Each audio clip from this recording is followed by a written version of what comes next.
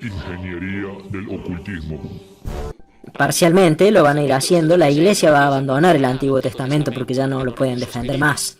En el 2008 ya la Congregación de Culto del Vaticano mandó una circular que pueden encontrar en internet, no es ningún secreto, a los obispos y a los sacerdotes diciéndoles que no usen más en la liturgia el nombre Yahvé porque no es cristiano. En el 2008. Y es correcto. Y gradualmente, conforme pasa el tiempo, o sea, ellos lo saben ya desde hace boch. Lo que pasa es que debido a las formas de comunicación actuales, todo se está viralizando y ya no lo pueden controlar más como hacían antes, hasta finales de los años 50 o 60. Así que por eso el Antiguo Testamento gradualmente será abandonado. Porque ya no lo pueden sostener más, obviamente, porque lo que dice ahí es muy evidente. Así que después de eso, todo se centrará en el Nuevo Testamento. El problema es que como el Nuevo Testamento existe, o mejor dicho, ese personaje de ahí, la figura crística, existe como hijo del Dios Padre,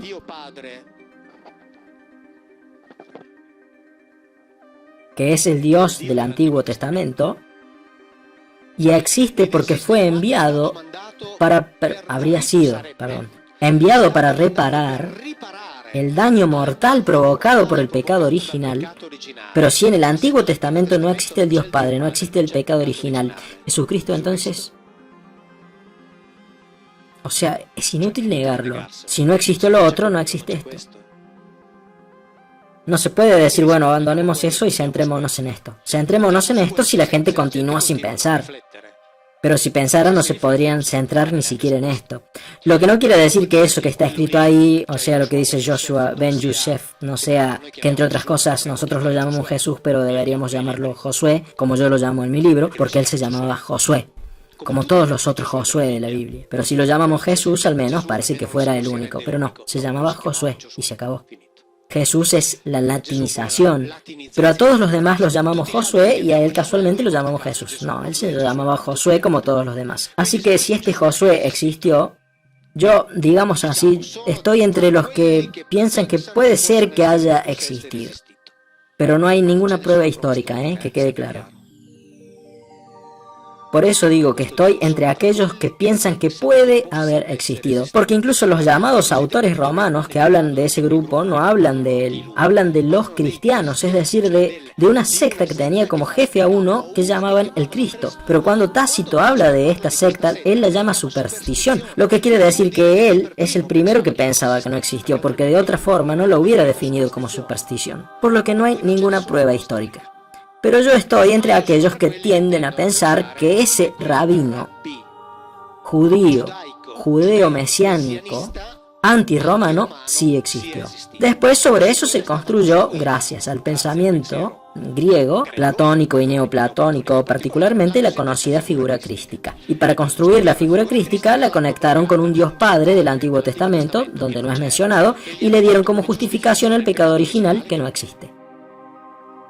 Por lo tanto, la figura crística no tiene razón de ser. Yo, en el libro que escribí para Mondadori, dije al principio que yo había hecho un análisis paralelo. Acá en este libro, La Biblia no habla de Dios, está la primera parte. En el otro libro que salió hace una semana y que esta noche ya lo tenemos acá terminado, o al menos ya están terminadas todas las copias que me mandó Mondadori, y utilizo la misma técnica, e hice un análisis paralelo entre el Antiguo Testamento y los textos griegos. Principalmente lo hice con Homero, para mostrar cómo es que relatan exactamente la misma historia. Es decir, que hablan exactamente de los mismos individuos, a los cuales la Biblia llama Elohim y que los textos griegos llaman Theoi, y a los que en la India llaman los Devas y que en en América los llamaban los Viracocha, pero son siempre los mismos. Siempre tienen las mismas características físicas, las mismas actitudes, las mismas necesidades neurofisiológicas, se movilizan de la misma forma, usan la misma tecnología, etcétera, etcétera, etcétera. Entre otras cosas, este libro ha pasado bueno, ya no me acuerdo bien, pero dicen que pasó a ser un bestseller después de que tuvieron que hacer muchas más reimpresiones, cosa que yo no sabía. Así que Ahí comencé lo que después continué en el otro libro.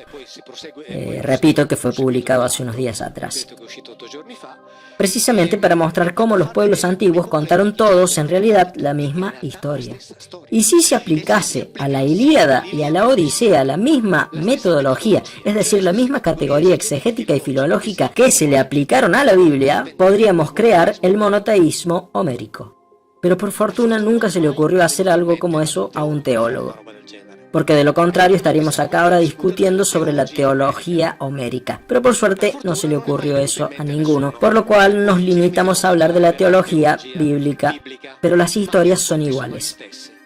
Y lo interesante es que si nosotros agarramos una cosa de la que ya nadie habla, porque obviamente en ese momento, después del concilio de Nicea, cuando había un poco más de 40 o 50 cristianismos diferentes que eran predicados originalmente, y Constantino reunió varios representantes en Nicea y les dijo: ahora ustedes van a salir de acá con uno solo. A todos los demás los tiramos a la basura y los hacemos desaparecer. O sea, definan ustedes una verdad,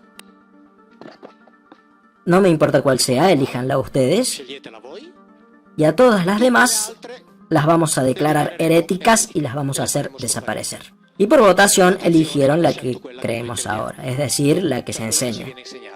Y si en la votación se hubiera elegido otra, ahora creeríamos en otra cosa, pero eligieron esta. Ok. Después de lo cual, todo eso que hacían y decían los primeros cristianos, obviamente, se fue buscando hacerlo desaparecer. Después, por suerte, escribieron libros, como por ejemplo los de Celso. Esto fue en el siglo II después de Cristo. Y es cierto, Celso fue después declarado uno de los herejes. Y también, por ejemplo, los de Justino Mártir, que por el contrario fue declarado santo y es uno de los padres de la Iglesia. Y ahora escuchen lo que dice Celso. En su libro llamado El verdadero discurso, en el capítulo 5, estamos en el siglo II después de Cristo, por lo que habla de las varias creencias de los cristianos. Dice: bien, dejemos afuera todos los puntos que se pudieran refutar al que llaman su maestro, y considerémoslo un auténtico mensajero. Ahora bien, ¿fue él el primero y el único en venir, o algún otro vino antes que él? Si intentan, está hablando de los cristianos, si intentan afirmar que es el único, ahí se los puede atrapar en una flagrante mentira y contradicción, porque afirman tajantemente que también vinieron otros, alrededor de un número de 60 o 70 por vez. ¿Entendieron? Y dicen también que sobre su propia tumba vino uno, o según otra versión 2, y le dijeron a las mujeres que había resucitado. El Hijo de Dios, al parecer, no era capaz de abrir solo la tumba y necesitaba que otros movieran la piedra. Esto está clarísimo, lo dice en los evangelios. Otro de estos mensajeros se le presentó al carpintero cuando quedó embarazada María. Después les cuento algo curioso sobre eso. Y otro más para hacerlos huir a Egipto. Él está bien lejos de ser el único que se dice que vino a visitar al género humano. Siglo II después de Cristo. Los cristianos decían que estos sujetos venían en grupos de 60 y también de 70 por vez. O sea, todo esto de acá se hizo desaparecer porque eligieron la verdad que dice que ese es el único Hijo de Dios y eso es lo que tenemos que creer. Pero los primeros cristianos no creían eso. Justino Mártir, padre de la Iglesia, santo. En su libro Apología del Cristianismo, digamos que era coetáneo de Celso, le escribía al emperador Antonino Pío. Para decirle: ¿pero por qué nos persiguen a nosotros los cristianos? ¿Por qué? Y escuchen lo que le dice. El nuestro, es decir, en el que creemos nosotros, es como el de ustedes. Usted sabe de hecho de la cantidad de hijos de Zeus que se habla en las escrituras suyas, y que son como los del nuestro.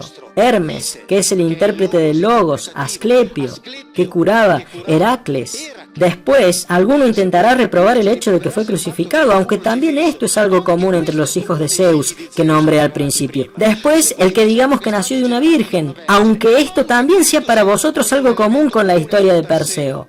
Cuando afirmamos que él sanó a cojos y paralíticos, todo esto es igual a lo que hacía vuestro Asclepio. O sea que el padre de la Iglesia, santo, dice: ¿pero por qué se la agarran con nosotros? porque seguimos a uno que es exactamente igual a esos que siguen ustedes. No hay ninguna diferencia y esto es recontra evidente. Y lo dice un padre de la iglesia. Dice, pero ¿por qué se la agarran con nosotros? El nuestro es como el de ustedes. Igual, no hay ninguna diferencia. ¿Entienden? Después llega el concilio del concilio de Nicea, después el de Constantinopla, y a partir de ahí nosotros tenemos el credo niceo-constantinoplano, el que dice yo creo en Dios, Padre Omnipotente, Creador del cielo. Toda una cosa que se inventaron ahí, porque antes de eso no existía, en grupos de 60 o 70.